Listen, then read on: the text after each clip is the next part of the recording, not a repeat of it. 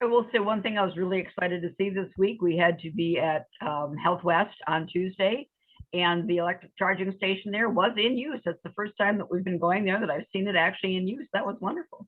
That is exciting. Yeah. Well, I think hopefully we'll be seeing that a lot more. I have been talking with our state rep up here and trying to convince him that the signs along the freeways should tell where there are charging stations, just like they do with gas stations.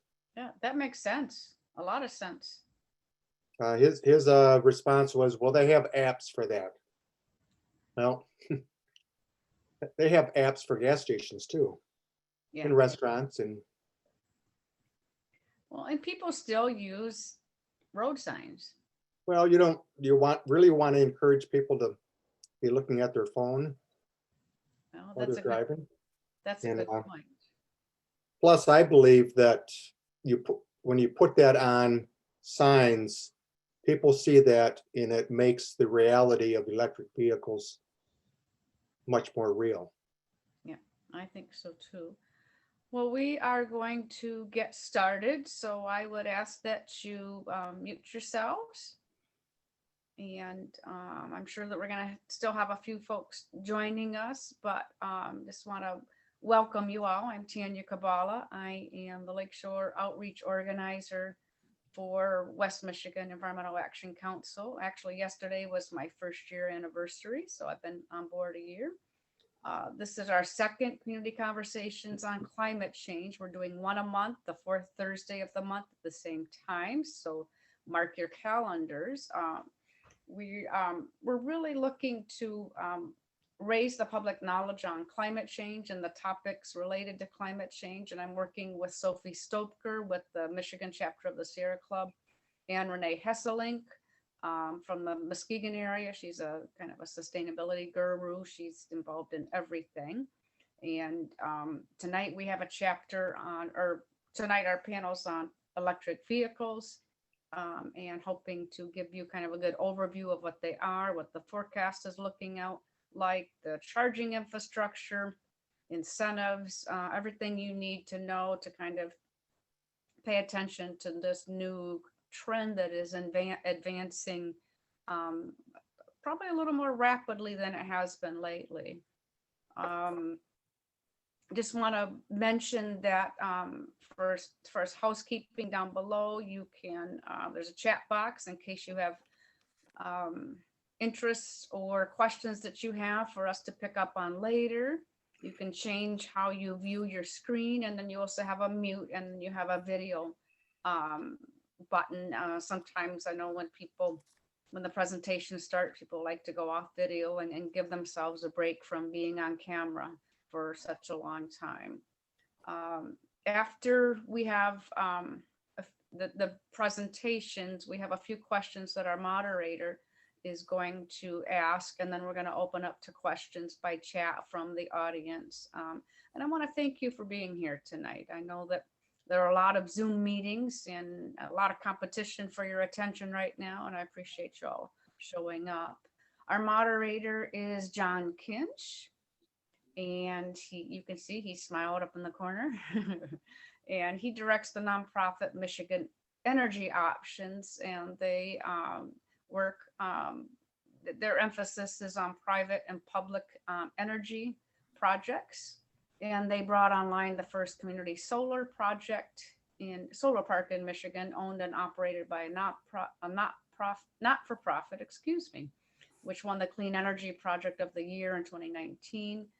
The group is the energy consultant to the Michigan Department of Natural Resources, helping them get solar at their properties and develop an electric vehicle charging plan.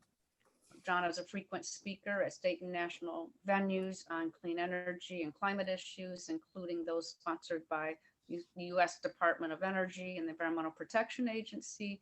He's a municipal certified solar expert by the National Renewable Energy Laboratory, and he's been a renewable energy consultant to many organizations, including Council of Michigan Foundations and the Nature Conservancy. And He is going to moderate this expert panel and give us a few of his thoughts just to get started. So John, I'll leave it to you. Tanya, thank you. And thank you, Renee, as well, for inviting me to be here tonight. Thank you, everyone, for coming out to your Zoom screen. Back in the day, we would be thinking about what kind of weather we're driving in to go to some sort of an event like this. So in some ways, Zoom is a relatively convenient vehicle to have forums such as this. We do indeed have an expert panel, so I'm going to try to get out of their way as quickly as I can and allow them to talk. But I do want to say a couple things. One is just a brief story, personal story. I have a 20-something University of Michigan engineer grad, my son Samuel. He cannot wait till autonomous vehicles are everywhere, powered by electricity, sitting in the back seat of that car and just on his thumbs and on his iPhone. He has no desire, very little desire, to be behind the wheel and driving like my generation or generations before me had. And he can't wait for that day. And I don't think that day is all that far away. We won't mention the fact that I drive a 6-speed Jeep. We'll get to that some other time. But I do intend to adopt an EV like most of you. I just haven't quite gotten there yet.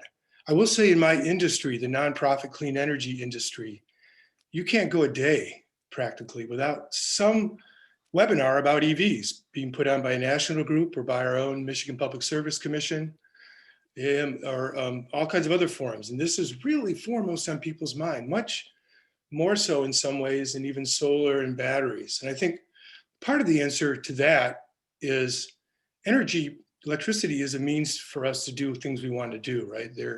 It's a means to a quality of life, but driving a car around, especially a car that's fast and cool and fun, well, that's a thing in of itself. And so I'm struck by how much EVs are captivating people's attention just in the last year alone. And let me just point out a few things to you. This is some headlines from newspaper of late.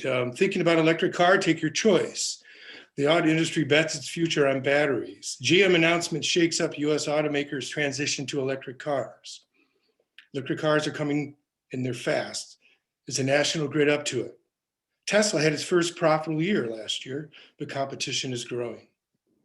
And electric cars are better for the planet and often your budget too. These headlines are from the New York Times and they're within the last month. And they're not even exhaustive. There's plenty more articles coming out about EVs, not only in the New York Times, but many other publications as well. So EVs are captivating the attention of journalists and customers and people alike. But I think there's also a degree of lack of understanding, or at least it's such a new technology that we're trying to learn about what is and what isn't an EV. And so fortunately tonight with our expert panel, we're going to hear about what constitutes an EV, what the utilities are doing to make this kind of thing happen, what the car makers are doing to make this kind of thing happen.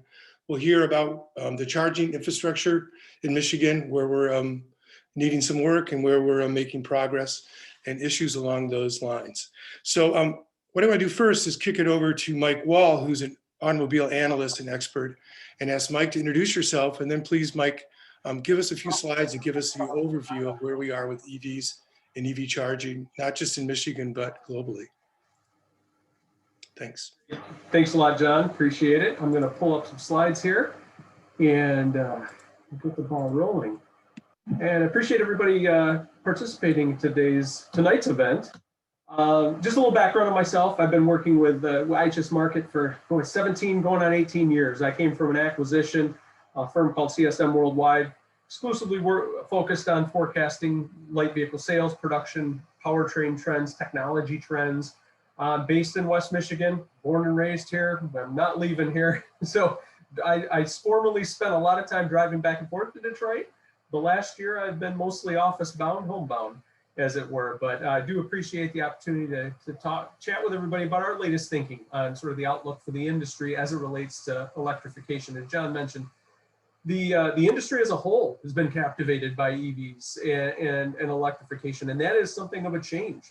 In all honesty, over the last few years, I would say it was a slower progression to the point of now where we are. We have General Motors, as John mentioned, stating by 2035 going all electric.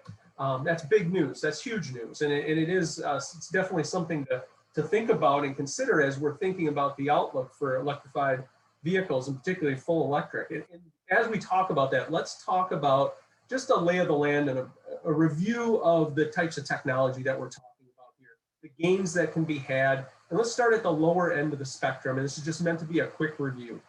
We start with a mild hybrid. Mild hybrid, think of this as there is either a more robust battery of some sort. Maybe it's lithium ion, maybe it's some sort of other chemistry involved that is removing the parasitic drag from the engine, maybe powering some of your accessories. It just helps to kind of support the overarching powertrain structure. But notice you're not getting a lot of savings in terms of fuel economy. You might get 5 to 15% CO2 benefit as an example versus internal combustion. Then we go to a hybrid full. Now, for those who've been kind of following vehicles for some time, think of the Toyota Prius. This is and there are some nuances with this particular, kind of a full hybrid setup, but in general terms, it wouldn't necessarily propel the vehicle itself to being the battery, but there are certain applications where you might see it also be able to provide some motive power to the vehicle. But again, here, it's all about removing some of that need for the actual internal combustion to be powering all the accessories and really moving the vehicle. That battery is becoming an increasing support mechanism, if you will. Get maybe a 15 to 20% gain on CO2 emissions. Then you get to the plug-in hybrid. Now, plug-in hybrid is where it starts to get real. That's where you've got a lithium ion battery in there where it can move the vehicle. Maybe it's started out at maybe 20 miles, maybe 40 miles. Now we're getting up to 60 miles or better in some cases. We're seeing that more and more, particularly as we layer in other technologies. There's still an internal combustion engine in there. In most cases, it's a very downsized internal combustion engine. But you would see some noteworthy gains both in fuel economy and certainly CO2 emissions. And more importantly, there's a plug. We're gonna plug it in, maybe in a home charger. Plug it in some cases in some charging infrastructure that's outside of the home as well, depending on the type of charger, as it were. And then you get to the granddaddy of them all, the big kahuna, as it were, battery electric vehicle. Full battery electric power, no engine, there's no internal combustion going on. You're gonna have, in most cases right now, lithium ion battery that is gonna be powering this vehicle. Again, there's a lot of new technology that's coming down the pike in terms of even battery chemistry, but that's the ultimate goal. And indeed, it's just a aspirational goal. We've got vehicles out there right now that are on the market, whether it be Tesla, General Motors has got some offerings certainly, and there's a whole rundown of new vehicles that are coming down the pike. Now, why is that? Well, there's a whole host of reasons, not the least of which what we're here to talk about and what's driving this shift towards electrification. But obviously, it is being encouraged by government.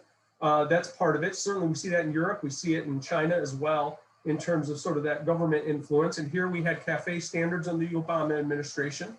In the previous administration, just prior to Biden administration, the Trump administration had changed that. They went from CAFE, what was called CAFE, to what's called SAFE vehicle standards, which really did throttle down those fuel economy and emission standards. Rest assured, we've had a 180-degree sea change in the administration, and we are expecting those numbers to go back up. To what level they go up to is yet to be determined, but it is safe to say we're going to see either a return to those Obama era standards or some derivation thereof. And then the time frame at which those shift is also going to be important as well. But net at the end of the day, we're looking for those fuel economy standards to go up here in the not too distant future. And I'm mindful of the fact that as we've been following the automakers and seeing their technology deployment, one of the things we did see is with the prior administration, we didn't see a reversion to just old technology and reversion to internal combustion. They kept the pedal to the metal, if you will, in terms of investment in electrification. So that certainly is going to afford them a lot of opportunities and certainly will serve them well as we start embracing and facing these new standards that are, again, that we are definitely expecting to be addressed here in very short order. So when we talk about charging stations, we start talking about removing objections on the part of the consumer. I'm also mindful to point out that last year, from a U.S. sales perspective, we sold about 1.8% were full battery electric vehicles. We've got some room to grow. Now there's opportunity. The glass half full of me says that's a lot of opportunity to grow that number. And indeed, we do have a lot of opportunity to. Part of that opportunity is going to be presented by removing those objections. For those that are considering an electric vehicle, well, where do I charge it? Well, I've got a garage, maybe I get a charging station there. What if I want to go on a long trip? Well, we've got charging stations, public charging stations, or semi-public charging stations, depending on the location. And indeed, we're seeing growth, and this looks at it from a complete US perspective. We're seeing a lot of growth in that area in terms of charging station deployment. The Biden administration's already been talking about adding about 500,000 charging stations. Charging stations to the lineup. That's huge. That's a big deal. Again, when we think about gas stations, I think the last total is around 160,000 gas stations in the US. Literally, just about every corner you can go down. So what's going to be critical is getting those charging stations out there, home deployment certainly as well, charging efficiency, fast charging, and getting in there, in and out kind of scenario as well. And removing those types of objections, if you will, to drive more of that consumer demand, getting rid of that range anxiety through better and more furtive battery development. And really that dovetails in nicely to this next slide. This is my second to last slide. I'll have one more, but talking about battery costs. Again, we've come a long, long way from the hundreds of dollars per kilowatt hour in battery pack costs.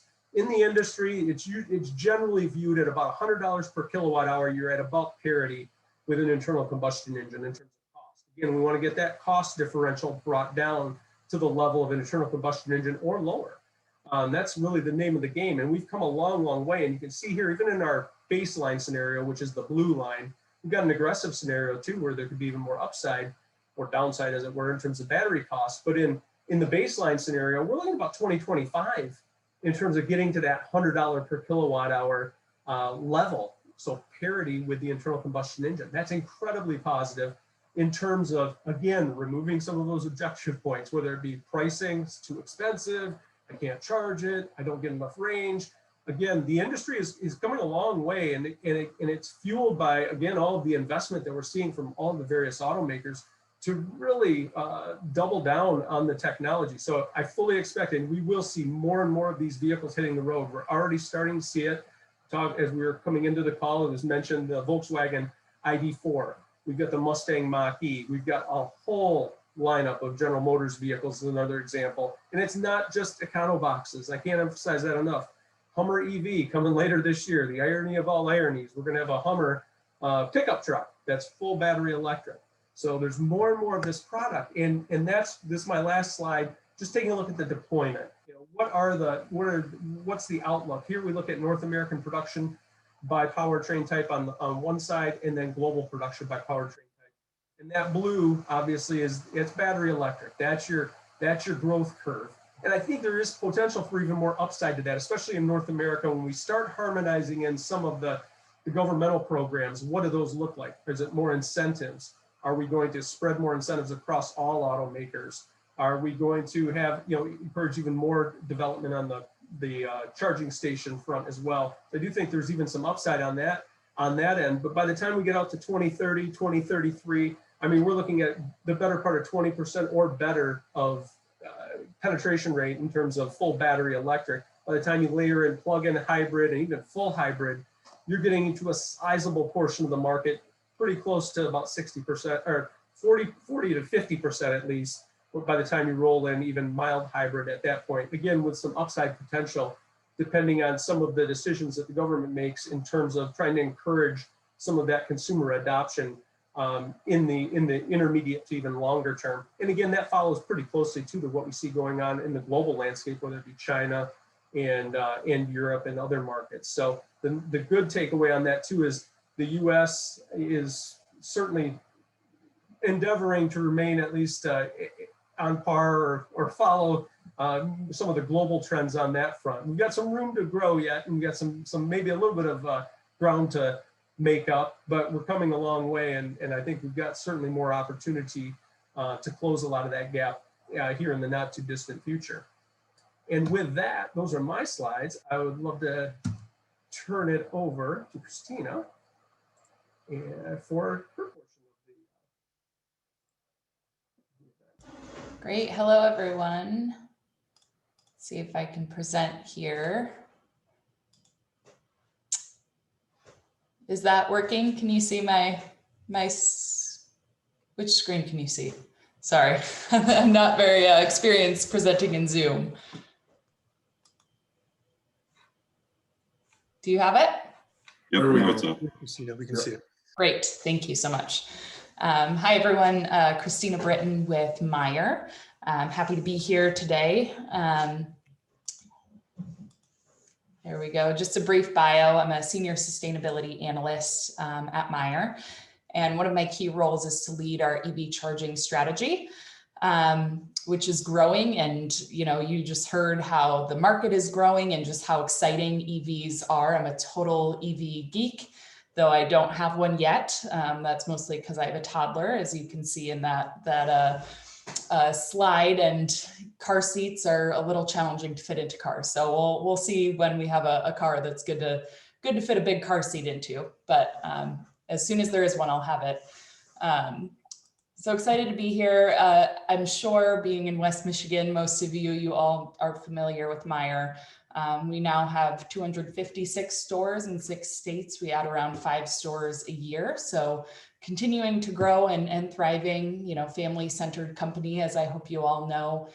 We also have, some distribution centers, obviously, food manufacturing, et cetera. So environmental sustainability is kind of the core of where our EV charging strategy sits. And we have these pillars of our environmental commitment, and EV charging fits into 2 of them really well. Our carbon footprint intensity reduction commitment, as well as responsible growth. So we want to enable that transition to decarbonize our passenger transportation. So it's really about the environmental case for Meyer.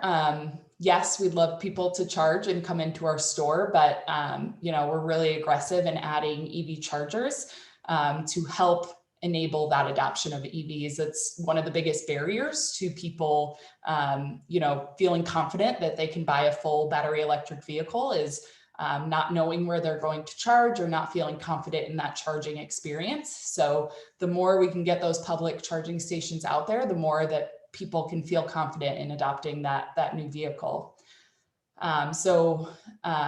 We know that the EVs have less than half the lifetime emissions compared to internal combustion engine vehicles. So, as that, it has a longer range and a longer lifetime and less emissions over the course of that lifetime. So that benefits all of us, and along with the zero tailpipe emissions, that takes care of the communities that we serve. So before we go on and kind of building on just that base level of knowledge about EVs, and I saw one of the questions in the chat this evening about EV chargers. There are 2 key types of EV chargers, and this is not really addressing, related to Teslas, but we're really talking about non-Tesla vehicles, because Teslas have their own proprietary connector. Tesla superchargers are, we have a lot of those at our stores, but all other vehicles have a few different type of connectors that fit these 2 key types. One is level 2 charging, which adds just about 12 to 25 miles per hour of charging. So not a very fast rate, but perfect for destination charging. You're coming to Meyer to shop, you're going to a hotel, you're gonna plug in overnight. Most people who have an EV will install this at their home rather than just plugging into a 120 volt, your normal outlet to speed up that charge. And plug-in hybrid vehicles, which Mike talked about, and battery electric vehicles can use these types of chargers. There's kind of a standard protocol for them. And then there's DC fast chargers, which can range in power from like 50 kilowatts to much, much higher. We're seeing vehicles on the road now that can take 350 kilowatts and above. So that will add about 100 to 200 miles or more for those 350 kilowatt cars, the Porsche Taycan and some of the new cars coming on the market. They can add much more than 200 miles per hour of charge. But it's really only the pure battery electric vehicles that can use these chargers. And this is what we need really for the mass adoption, right? And I think Jeff's going to talk about this a little bit more. This is the on-the-go charging. This is, I'm going to travel across the state. I'm going to go up to the UP. I need to be able to, you know, fill my vehicle on the road like I would my gas-powered vehicle. And so that's what's really going to help us enable that mass adoption of EVs. So at Meyer, we have 19 stores with the level 2 stations that we own, and that's growing all of the time. And 16 locations with the DC fast chargers. We have some third-party owned DC fast chargers. Electrify America, if you've heard about them, is powered by the VW Dieselgate settlement, but helping to enable DC fast charger deployment. We partner with them and a few others. And then we also are a very large partner for Tesla as well. So we have 56 stores across our footprint and a few other facilities that have chargers, and that's constantly growing. And I manage that whole fleet. So any questions about that, I would be happy to share. Just wanted to, from the point of view of a company that has public charging stations that we own and operate, just a few challenges and opportunities to share in case that resonates with the audience at all. So some of the challenges just in general for EV charging deployment are the costs for the infrastructure, especially the DC fast chargers. It's a lot of power and a lot of electrical equipment is needed. I've become way more versed than I ever thought I would be in kind of electrical engineering. Know too much to be dangerous, if you will. So thinking about things about like if you have sufficient electric capacity, and Jeff might talk about this as well, how far you need to run the conduit or the tubes with the wiring to where you're going to put the chargers. Networking stations. I heard someone at the beginning talking about using apps to locate chargers. That's really the key way that EV drivers find and pay for chargers. And so that's called a networked charger, and there's many different networks available right now. But you need to have strong cellular service. Chargers need to have ongoing maintenance to stay reliable. And then opportunities, there are incentives. Consumers Energy has a great incentive right now. The state of Michigan has put up some grant money to help enable electrification of the entire state. And reputational benefits as well. The positive PR and workplace charging, employee satisfaction is huge. And then the biggest one in my mind is enabling the reduction of greenhouse gas emissions and improving air quality. That is all I have. Like I said, I'm a total EV geek. I'll hand it over to Jeff, but really excited to hear what the questions are and continue the conversation. Thank you.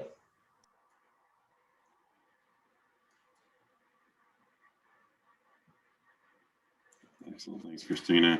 And I'll get my screen shared here.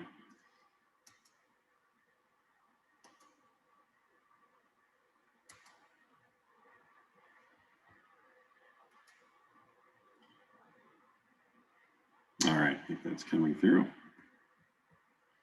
So I'm Jeff Myram. I'm with Consumers Energy, and I'm not nearly as interesting as what this slide says, but my wife and I live in the Lansing area, and if you are a subscriber to our Solar Gardens program, or perhaps Green Generation, or one of our new rec programs, thank you for doing that.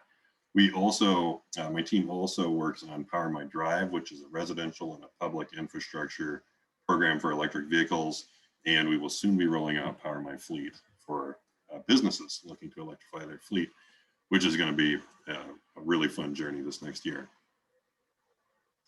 All right, so we had some questions about how much of everything electrified would you see electricity use go up? And if all light duty vehicles were electrified, it'd be about 30%. Now, when that happens is really interesting and also really important, which is why as a utility, we are really focused on this and making sure that it's a good experience for our customers and that the grid is really well prepared. So that 30% potential increase is also going to be interesting because it breaks down differently on where you might charge. So right now, if you're driving a gasoline vehicle, you're used to going to a gas station, you clearly don't have one in your house. If you have an EV, more than likely 80% potentially plus is at your home. And so the residential level and residential preparation and participation is really important for us, which is why we launched this program. And only about 20% may be on the road or at work if you're lucky enough to have a workplace which offers charging, or if you're taking the family vacation. That is when the DCFCs and cross-state and long distance travel really come into play. So this chart shows what could happen depending on when people, whoops, let me not hit the wrong button. What could happen when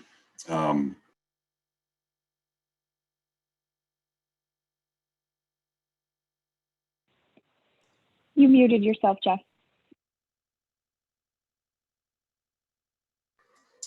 Sorry, I was moving my screen out of the way and muted myself. Thank you for being patient.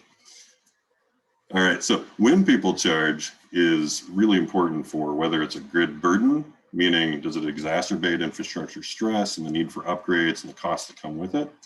Or can it be a benefit, meaning the charging happens when, frankly, you're asleep and you're not using much electricity, your house isn't using as much electricity, and all the infrastructure that's been built to deliver that to your home or your business is underutilized. And so when you fill in that gap, when you fill in that off-peak time period, it actually decreases system costs overall because you're putting more kilowatt hours through the same investment, which is really important for not just saving you money, but also saving your neighbors and everybody else who's a customer money. So we do this through a variety of mechanisms. The first one is time of use rates, and I'll get to that in just a second, but that just means there's a different per kilowatt hour charge during a different hour of the day. And it rewards you, frankly, for charging overnight and off peak. Demand response is a more active technique. That's where, like with a network charger, one that's connected to a cloud service, we could potentially throttle down the charging rate through that charger so that a less amount of kilowatts was being utilized.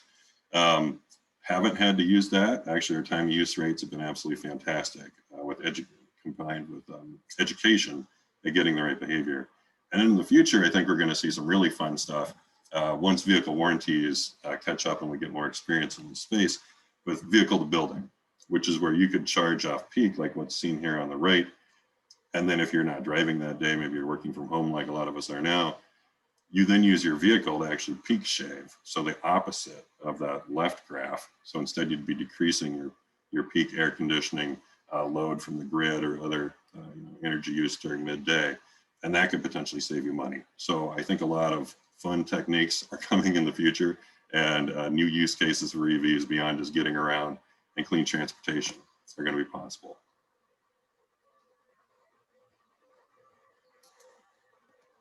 All right. So the Power My Drive program, and actually if you just Google Consumers Energy Power My Drive, it'll come right up. It's the first thing, is a pilot program at this stage, and it runs presently through June of next year, but we are going to be filing an extension to go an additional 3 years out toward 2025 with this program soon. But on the residential level, we can offer you a $500 rebate if you get an approved level 2 charger and adopt that time of use rate. So again, you're being a grid benefit for you and other customers. And actually there's enough grid savings for us that it's more than enough for us to justify the cost of that $500 rebate with the Michigan Public Service Commission. Or if you don't need a new charger, we also have some Fleet Karma incentives left. This is a device that plugs directly into your vehicle. It goes in the OBD port. It's the same thing that your insurance company uses if you've ever done that to show that you're a safe driver. And it just sends a cellular signal that we can then get the data on the charging information and ensuring that's happening off peak through that. We've had a great success with level 2 public charging rebates. In fact, all 200 of these are spoken for. Occasionally we do have people drop off. So if you're a business and you're interested in this, still reach out to us. We can get you on the waiting list. The DCFCs, the direct current fast chargers, as Christina was speaking about, those are all spoken for though. those were $70,000 rebates, and we were working with the state of Michigan to partner the VW settlement funds on top of that. And I'll show a couple maps here, a couple slides down, that have just phenomenal success on getting this infrastructure out there and trying to get convenient charging for EV drivers.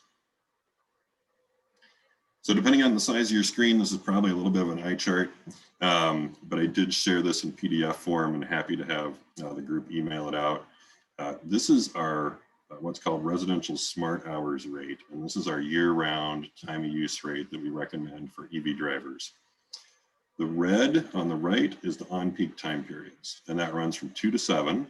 So you can see it's not actually a really big window out of the day. And again, you can program your car, you can program your smart charging station to begin charging at night, and always, frankly, avoid this time and just come home and plug your car in and wait for it to automatically begin charging in that time window. And it does save you quite a bit of money. Now, I will be frank, your electric bill is going to go up, but your petroleum bill is going to go down. And so I gave some really kind of high level estimates here on the right for rough. So you might know about how much you drive per year. In this example, I put 10,000 miles. Every electric vehicle gets slightly different miles per kilowatt hour. It's a little bit different. We're used to thinking about miles per gallon, but it's usually around 3 miles per kilowatt hour. So you divide whatever your yearly driving is by that efficiency, and then you multiply it by the price per kilowatt hour, which I use the summer months because a lot of people are driving more in the summer at 10 cents. And so that's a little over $300 a year if that's your driving time period. If you're to do that on peak, it'd be closer to 500. It's the exact same math, but a little bit higher. So that's enough money savings to do a couple nice dinners with your spouse, or even get the grandkids some nice presents. And when you compare that with even like a 30 mile per gallon vehicle or potentially higher, it's still a savings. And so while EVs tend to have a higher upfront cost, it's these lower O&M operation and maintenance costs, which are going to help you save money over the long run. All right, so this is kind of a fun graph or a fun chart. This is a plug share on my phone. I took this before Power My Drive started, so it's definitely outdated now. But when we started the program and we started looking at getting public infrastructure out there with the DCFCs, I filtered this for non-Tesla DCFCs, which means the CCS plug. And I'm using a lot of acronyms, but a CCS plug, and I filtered it for 50 kW and higher, 50 kilowatts and higher, because at the time, most cars could just take 50 kW if they had DC charging capability. And you can see here, once you got north of Grand Rapids and Lansing, there wasn't much. There were some higher power level 2s, but not much. And what I'm excited to say is, under Power My Drive, all these green dots are new stations that are either in the ground now, including the Meyer station, or are coming soon. And we're expecting to have all these online by this summer. So this is 36 new DCFCs. You can see we've got all the major arteries covered within our territory, which covers most of the Lower Peninsula outside of the Detroit area and far southwest Michigan. And of course, there's some unis and co-ops scattered in there as well. But 131, 127, 75, 69 and 96, and even 94, we have got much better infrastructure. And we're going to be proposing in our next electric rate case to actually continue this rebate program and try to get 150 more over the next 3 years after approval. So about 50 per year, and continue to try to pace the market so we get this out there. All right, so that is it for me. I'm going to turn it over to, I'll stop sharing my screen, and we'll turn it over to Bob Lukens. Thank you, Jeff. I think John is going to advance my slides for me. So John, if you'd like to pull up the first one. Good evening, everyone. My name is Bob Lukens, and I'm Community Development Director for Muskegon County. And I'm also Director of the Convention and Visitors Bureau, Visit Muskegon. And you may wonder why I'm on here, actually. But the reason I am on here is because, corridors are very interesting to tourism people, because there are a lot of corridors that attract visitors and drivers, like National Scenic Byways. I've been involved in National Scenic Byway programs in the past, and also Pure Michigan Byways. There's a number of byways that are state designated here in Michigan, and they're all along corridors, road corridors. So just about a week or so ago, I heard from the West Michigan Shoreline Regional Development Commission, and they are the metropolitan planning organization for the Muskegon and Northern Ottawa County. And actually, I think they have about 13 counties in their planning area, but they also have about 5 counties that they do the transportation planning for. And that's called the West Plan. So the commission contacted me recently about alternative fuel corridors and an application that's happening right now for the state of Michigan, and particularly for West Michigan. So there are routes here in Michigan, and this is a proposed route that is along Interstate 196, US 31, and US 131. So if you look at the first bullet there, there's a continuous route that starts from 96 at the US 31 interchange to Muskegon, and then it goes to Grand Rapids. Then it goes south to 196 and connects back up at 196 over to 31, 196, 31, down to the state line approximately. Next slide, please. And these corridors connect the historic beach towns and West Michigan Pike communities of St. Joe, Benton Harbor, South Haven, Saugatuck, Holland, all up and down the lakeshore, as far north as Manistee, and really even beyond that. But this is the former route of the West Michigan Pike, which is a historic road that brought travelers from Chicago into West Michigan. And these communities are members of the Beach Town Consortium, and that's the convention and visitors bureaus in those beach towns that work to bring new travelers here.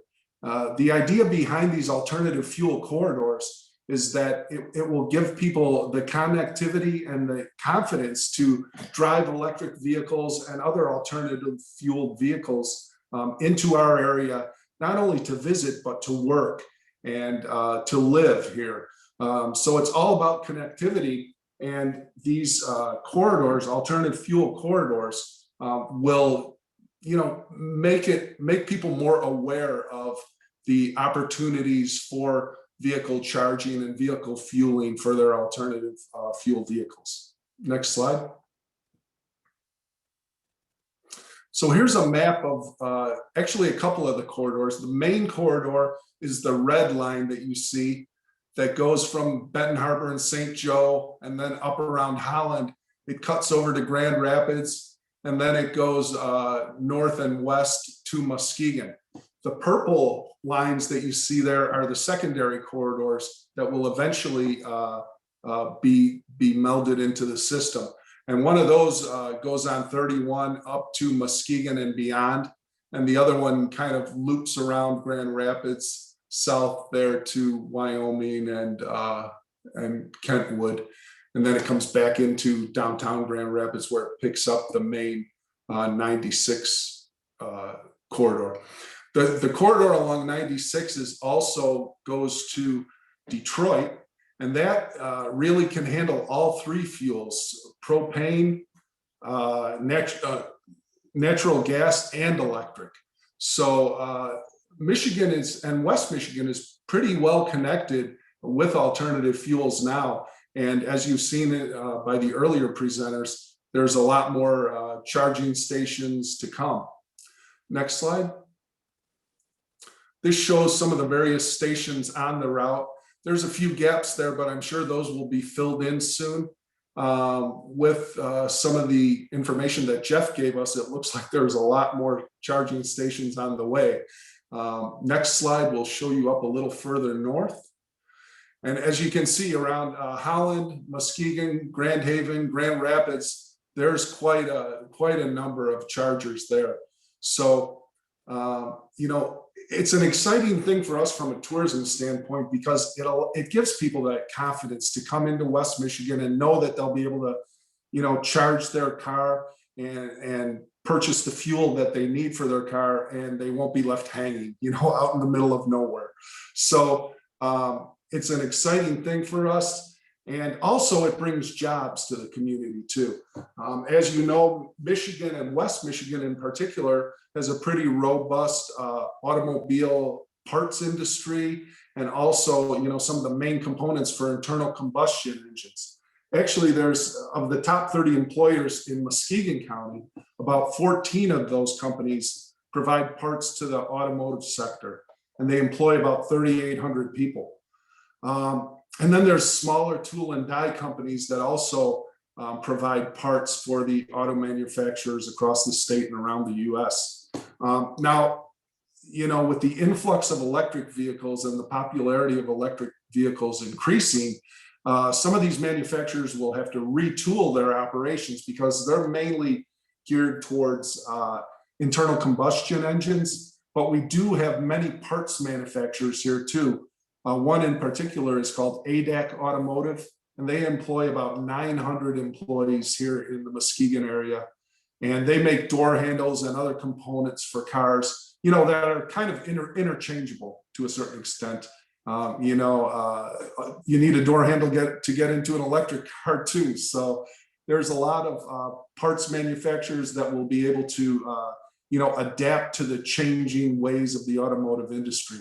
I think this, and a combination of the corridors and promotion of the corridors, will be what we're looking at from a tourism standpoint. And I believe it will really benefit the entire state and benefit West Michigan. And that should be it for me. Thank you.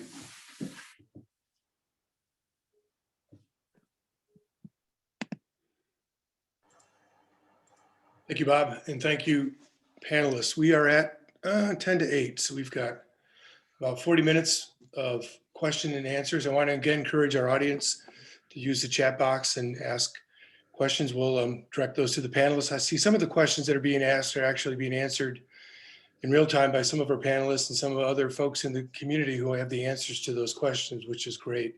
I want to follow on Bob's map, if I might, and also I'm going to be making a business meeting with Bob and Jeff, Christina, and likely Mike, because what we're doing with the DNR is trying to figure out where the DNR should be located EV charging stations.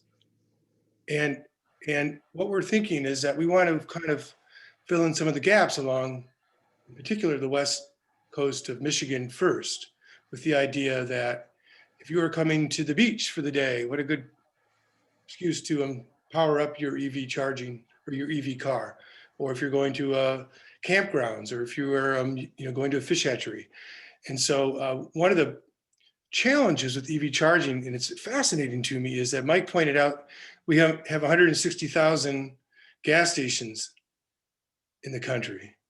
I've got a Circle K right around the block. I don't want to go sit at the Circle K for 60 minutes to charge up my electric vehicle. And so how we power our vehicles in the future is going to be a very different paradigm than what we have been trained to do for the last 100 years. And I know that Jeff or one of you put up the stat that 80% of the charging takes place at home. And also, I believe I'm right in that something like 95% of our vehicle travels are only 30 miles away. But it's that other piece of it that has people kind of puzzled and thinking about it.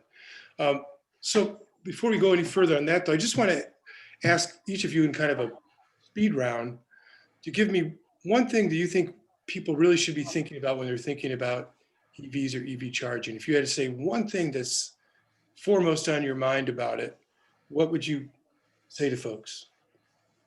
Mike, why don't you go first?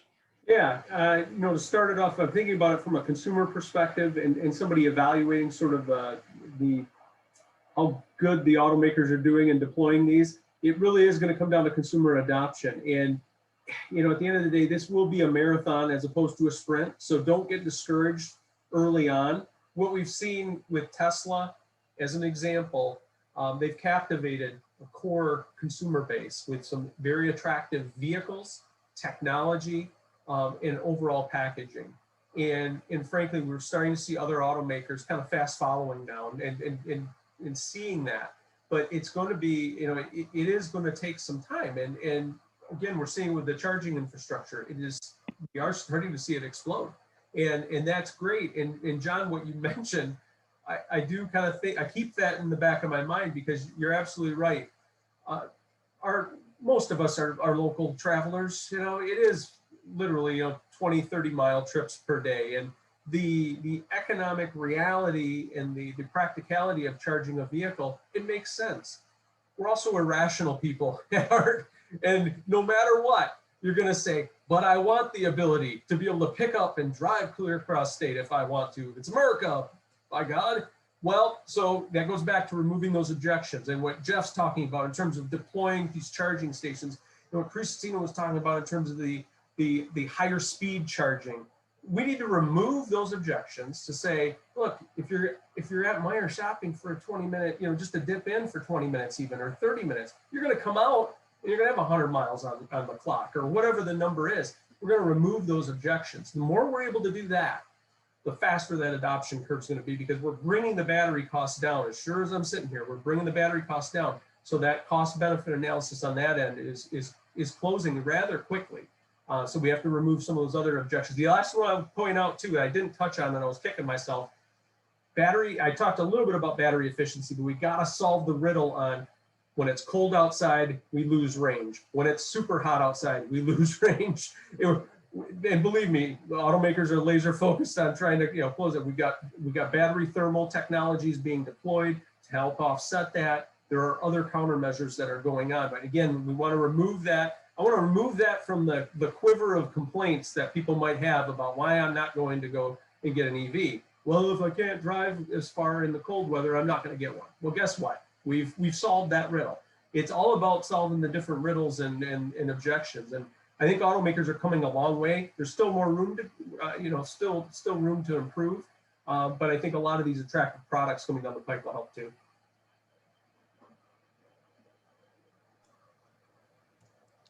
Are we going around, John? Yeah, Christina, do you mind tackling that question? Yeah. I think the first thing that comes to mind is Mike articulately talked about how battery prices are coming down, which means we're going to be at cost parity in very short order. But we're close to that already because of the lifetime costs of these battery electric vehicles. The fuel, as has been touched on, is less expensive, especially if you charge off peak, like Jeff showed. And there's much less maintenance. You've got 20, 50, maybe, I'm not an expert, but very few moving parts. You don't need oil changes. You're just not going to have those ongoing maintenance costs like you do with an internal combustion engine. Those things just aren't going to go wrong with the thousands of moving parts that have wear and tear. There's a great tool, which I'm not going to put into the chat yet because you all will get distracted playing around with it if you're anything like me. But it shows kind of comparative vehicles with kind of greenhouse gas emissions over the life of the vehicle on the y-axis. And on the x-axis, it shows kind of lifetime costs of the vehicle and it by kind of vehicle class. And you can see comparing some of the EVs with some of the internal combustion engines. There's EVs that are less costly than what you would consider as a comparative internal combustion engine car right now. Maybe not the upfront cost, but kind of over the lifetime of the vehicle. So I'll share that at the end so you guys don't all get distracted. And I forgot to mention that Meijer does have, when we're talking about the Lakeshore and Muskegon area, charging stations at our Harvey Road in Fruitport Township location. I think those are the first DC fast chargers in Muskegon and are up and running and being used, but get an EV and go use them. And hopefully there's a lot more that join. I would add in, I think one of the most important things to do is frankly experience one. So it's I mean, 99 out of 100 people in Michigan don't have one right now. So don't feel strange that you maybe don't know about an EV or you've not experienced it and seen what it's like. Frankly, the Chevy Bolt, which is behind me in my green screen, is what I drive for work. And first time I drove it was 2 years ago. And, an analogy I give is most people, the only thing that's 100% battery powered that they have is their cell phone. And they're replacing that every 2 years, So you're kind of coming into the public mindset of that. But EVs have batteries which, frankly, are lasting much longer than even predicted. And there's aspects of it that I absolutely love. Like this is a relatively small car when you stand outside of it. I know I'm on screen, I'm about 6'5". Frankly, I fit in it just fine. It's kind of shocking when you get rid of that engine and the transmission and everything that's in there, how much room you have. And then there's also other things you notice, like, you often see in the news, there's kind of bad press about, okay, your winter mileage drops. Well, your winter mileage does drop, or your total mileage on your battery does drop, but you get in and it's instant heat. There's no waiting for the engine to warm up. When I'm driving down the road, it's instant power, even when it's -14. It's very different than my aluminum block Forester, which is going for a while. So once I drove it, I was like, you know what, I'm holding off on my next vehicle purchase until,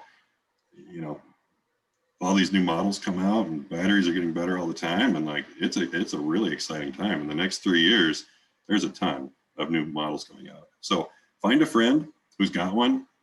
Everybody who drives one loves it. They will absolutely love to let you drive around in it and get that experience and plug it in. So it's not a strange experience for you as well. It is super easy. It's just, learning hands-on.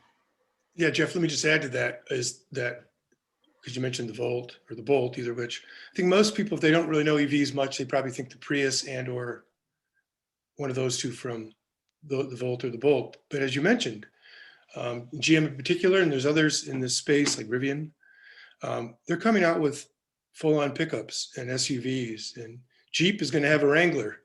So I'll have to trade in my 6-speed at some point. That's going to be electric. So there's going to be that variety and that choice that people really want in their cars, because everyone doesn't want a particular car. They want something that that provides them some kind of aesthetic feedback that they enjoy, and that's going to be exciting. I think from a longer distance driving perspective, placement will be really important.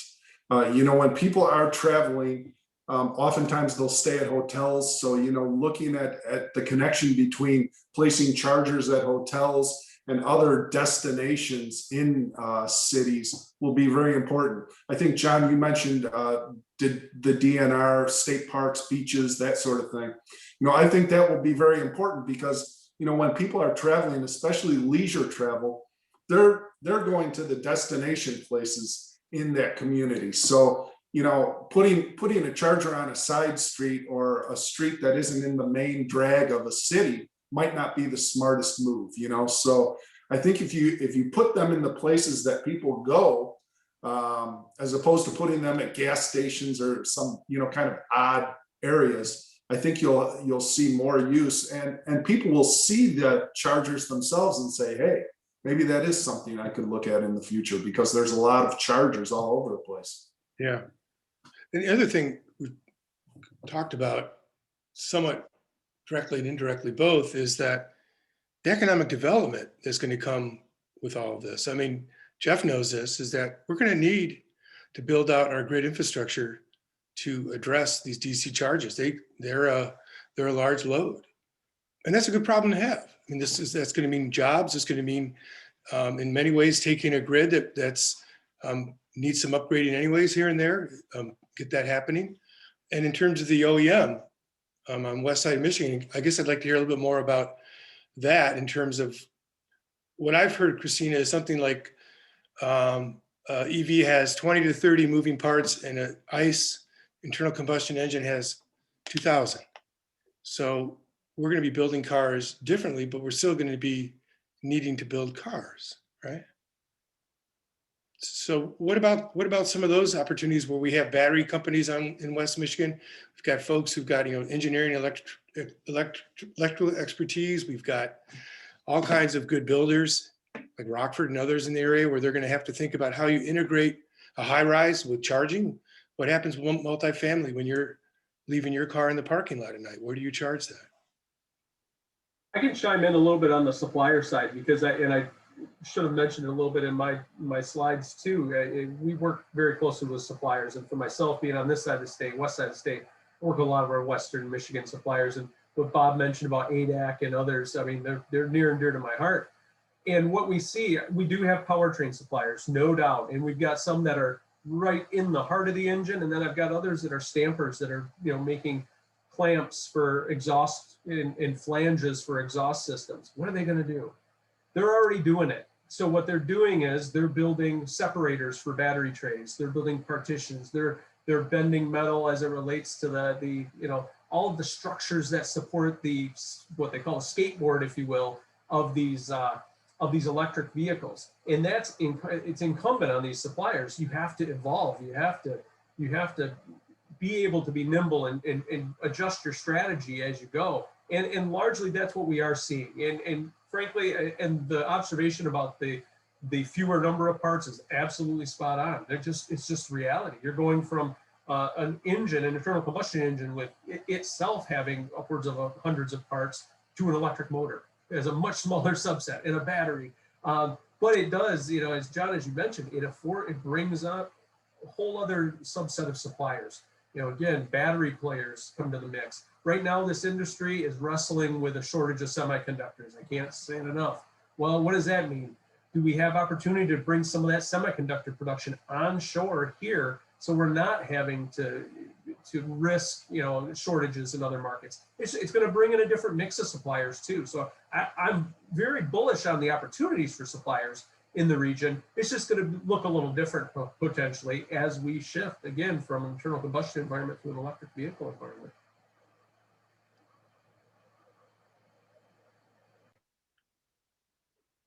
Can I ask a question, guys? My name's Kurt. I've driven a Ford Fusion hybrid I've driven two of them now for 10 years, but I have two questions about electric. One is, I read an article about electric trains in Europe.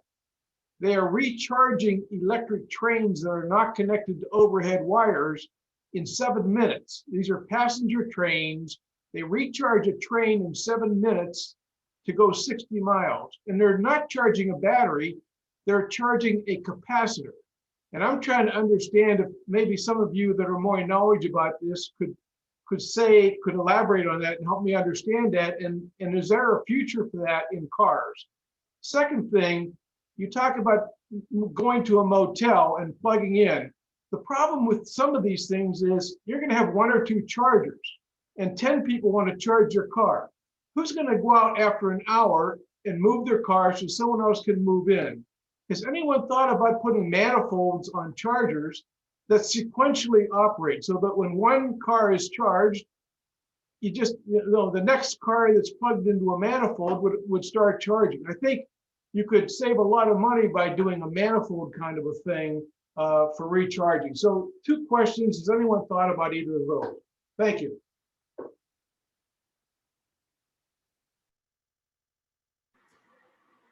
Mike, I don't know if you want to go first, but I'll hop in on the hotel question. I don't claim to know a lot about the European railroad market, so I'm not going to super guess there, but I think there are some exciting technology developments going on with capacitors and supercapacitors, different form of a way to store electricity, and also solid state batteries. So I expect that while we drive, lithium based batteries largely right now, the future's only going to get better. And also, there's social welfare concerns too with some of these metals and where they're mined and how that's operated. And in the 20 years I've been in the environmental compliance and sustainability side, that pressure is going to continue to move us in the right direction, away from those types of arrangements. So the long run, definitely energy density and all that will get better. As far as hotel charging and all that, I completely agree. This needs to be, businesses need to start thinking about, and communities need to start thinking about, what are our planning standards? And I don't mean like 5 years from now. I mean like in 2035. Let's assume we are successful We've accelerated carbon neutrality. We've electrified transportation and got 100% renewable. What does that look like? And how do we build infrastructure now so that we are not catching up later at additional higher costs? So like hotels, yes, I think there will be technology, and there is some right now with multiple plugs where it can alternate or slow down or throttle the current, same, maybe 7.5 kilowatt total, but spreads it out over the vehicles, or it does one at a time. That is starting to develop. But if you're a business owner, or if you're a community planner or involved with your city planning, these are things to start talking about. So Jeff, there's a question in the chat that I want to ask you, and it has everything to do with, if we're going all electric with our vehicles in the near future, what does that mean in terms of load? How much more electricity are we going to need to meet that load? And of course, part of the answer is flexibility, and you can talk about the notion of flexibility some more, but also where's that load going to come from in terms of sources? Is it going to be fossil fuels? Is it going to be convergence in which solar and wind is more plugged into our EVs? And so we have that beautiful combination. Can you talk a bit about that? Yeah, absolutely. So consumers, we have a goal of being carbon neutral by 2040. And I can tell you, we talk about it every single day. In fact, my guess is by the time we get to 2030, that goal is even going to be moved up even further, frankly. But publicly, that's what we have announced right now. The time of use rates that I showed you right now, ideally you would be charging after 11. Now, obviously solar is not working at that time. But the same price reductions that we're seeing on batteries for the mobile batteries in the cars is also affecting the industry on the utility side and utility scale. So I do expect that we're going to see more solar plus battery storage and operations coming online in future integrated resource plans. The other thing I would say is Michigan has some great geology for potentially compressed air energy storage. Right now, most of that is used for natural gas storage, which is great in the winter when we have pipeline constraints coming in. But we're talking about carbon neutrality, so I think we all realize there's probably that industry is going to change quite a bit as well. So how could you repurpose compressed air energy storage and that as well? And that could be both from wind or solar during the day. And then part of that infrastructure play too is, so assuming we're maybe back at workplaces at some point in the future, or maybe we'll all stay remote majority, but solar obviously produces the most between around 10 a.m. and about 7 p.m. And you're at work for a good number of those hours. So in the future, if your workplace has those chargers, frankly, we may be changing our time of use rates to really accelerate charging during that time period, in addition to that deep overnight curve. So none of this is going to happen like in a radical shift. Time of use rates generally we do a rate case every year and they might move every other year, something like that. But as we get more renewable and as more technology develops, all of that is going to factor into when and where you charge. The total energy, so again, about 30% of all light duty vehicles go. Heavy duty, medium duty, if you look at like Department of Energy and a BTU ratios, they're about a third of the total US transportation energy use. So maybe we get to 40-some% increase with electric use on top of that light duty sector. That is going to be interesting, especially as we get more semis and heavy duty trucks, which might have a 0.5 megawatt, maybe up to a megawatt battery. Whereas like the Chevy Bolt behind me has a 60 to 66 kilowatt hour battery. So when you start seeing concentrations of those, that I think is where we need to do some more serious planning as a utility. And we're starting to get into that space now. So, but I'm optimistic we can meet the challenge and we can be carbon neutral and do the absolute right thing for where we need to be in the future. So we're getting down to probably our last 5 minutes of having a question answer piece of this. And then folks, if you have some closing comments, and then we need to leave a little bit of time at the end for some kind of wrap up. One of the questions we have is, how can communities do more to encourage the development of EV charging, and the industry around it. And I think we have examples here on the panel with us tonight. Obviously, Meyer is leading the charge with locating charging at your the stores, and others are doing things like that. So from your own perspectives, what could community members do that might help you in your jobs to create more opportunities for this EV revolution? And I want to quick point out that I have an analogy to this. As Jeff knows, we do community solar projects, and I've gone to a number of municipal communities, not IOUs, but munis that are local utilities, and suggested they get a community solar project going.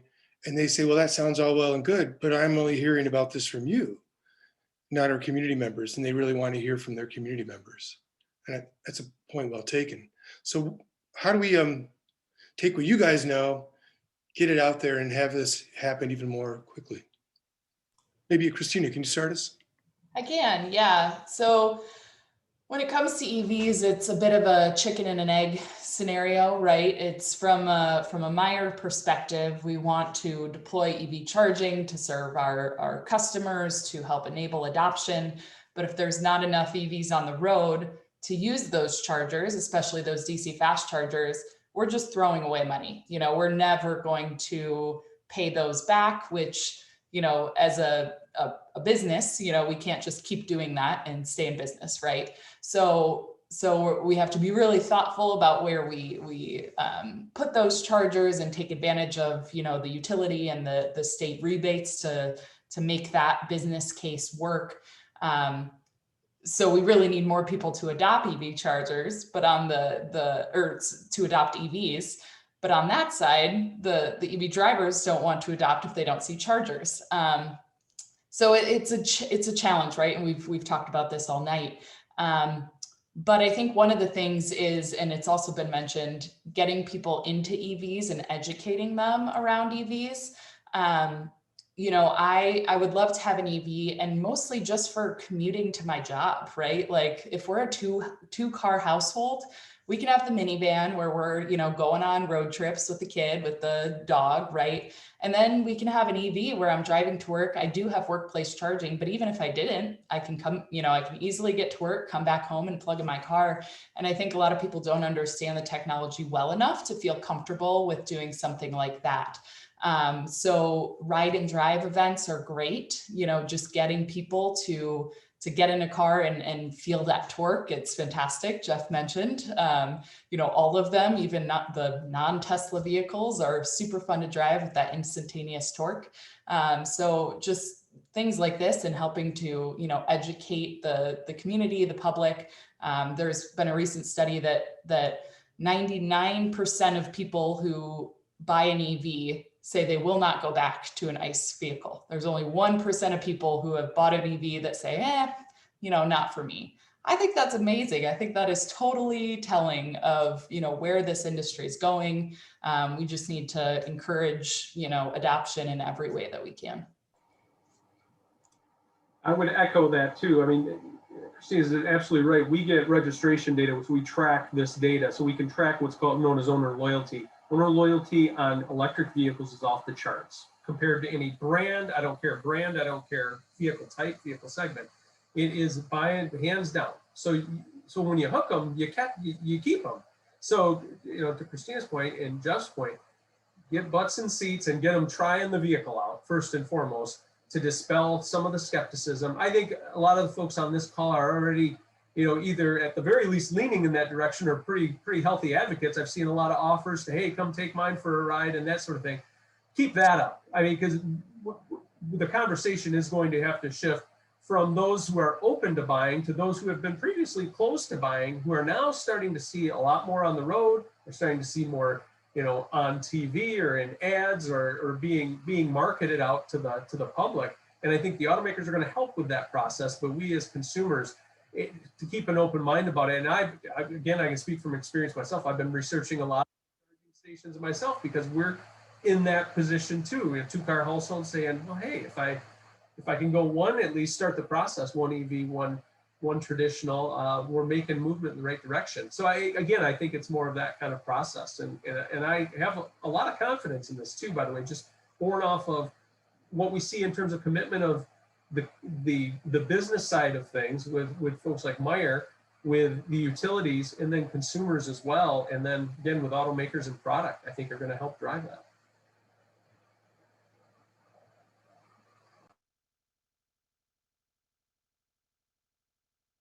So Bob and Jeff, do you have anything to add to that? And here's one of my thoughts. I think it'd be interesting if community development folks would get together with others like the utilities and have a Saturday where they have some EVs that folks can go into a parking lot and drive around, and perhaps not have that pressure at a dealership to buy something or not. How about that? That's a great idea. And I just want to say that we have a brand new convention center that's going to open in downtown Muskegon. So let's have a big electric vehicle convention.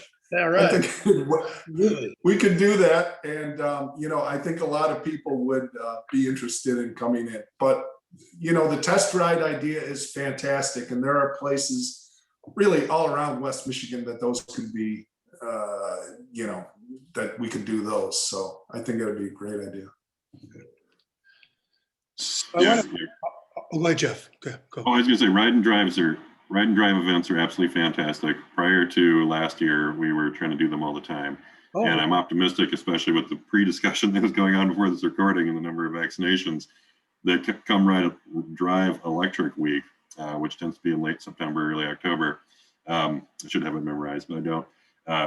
I'm hoping we're going to be out in the public and we're going to be able to bring vehicles like what I have behind me, as well as other enthusiasts out there, so you can see a wide variety of makes and models in a really low pressure environment. You're already doing it. So it wasn't even an original idea with me at all. Good. So we're pretty much out of time. I wanted to give folks, if you had any last comment, we whiffed on something that you really wanted to mention that we didn't get a chance to mention. I want to give you the opportunity to do that. But first, I also want to suggest we can send people some resources after the fact who've attended the Zoom via email, whatever. A couple that come to my mind of good resources is the state of Michigan's Office of Future Mobility and Electrification. It's a new office, and it's kind of a clearinghouse for all things kind of EV, and that's definitely worth a look. Obviously, the utilities, Jeff, DTE, and others. And then there's some national resources on EVs that I'd recommend, that like the Department of Energy or the NREL, National Renewable Energy Laboratory, are all, I think, solid places to find out information about EVs. Folks have other resources that are foremost on your minds to tell people about? We can add some later. I put it in the chat, but one of my favorites is normalnow.com, which was put together by Electrify America. And it looks like kind of 80s, 90s computer. It's playing off of kind of the fear of technology over time.